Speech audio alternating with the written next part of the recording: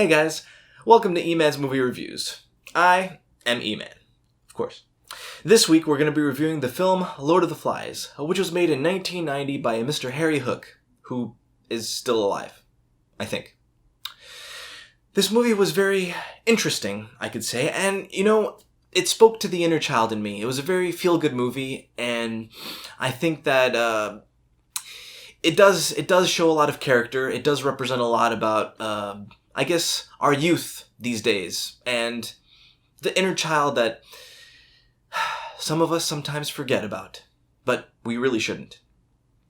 Anyhow, this movie is an animation, and it's about a little tiny fly who is forced to become the leader of his group of flies, since his father was murdered by the lizard, of course, is the villain, and nobody really knows this yet, since the scene is just between the lizard and his father, who's the king of the flies. Well, essentially, he's basically a lord. Well, he's a king, he's a little bit of both. Anyhow, this little tiny fly is supposed to become this leader, which he's not prepared for. Well, he's the tiniest fly, that's one of the reasons why. And he's also the youngest of all the flies, and so no one wants him to be the leader, mainly because he's inexperienced and because he's so tiny, and the problem is he doesn't have a lot of confidence in himself. So, he tries to become the leader, they decide to cast him out, they decide to exile him, and they make the lizard, stupidly, the leader. Which, the thing that most flies don't really realize, or none of the flies realize, is that lizards eat flies. So that was kind of a problem.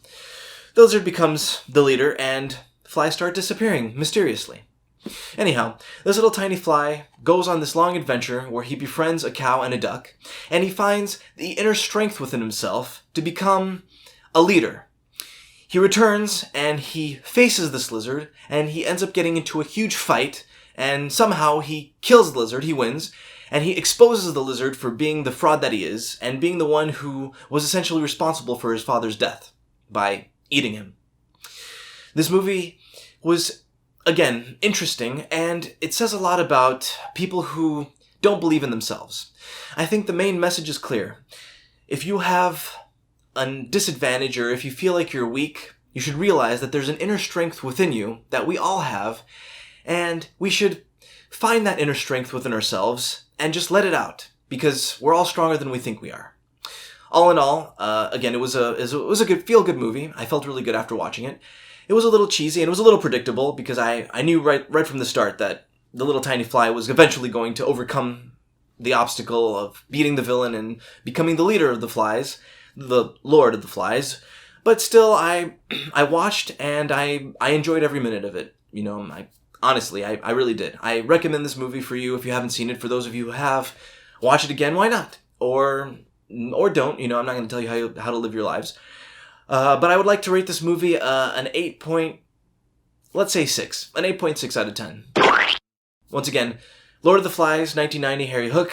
Go check it out. Great animation. I loved it, and you guys are going to love it if you haven't seen it.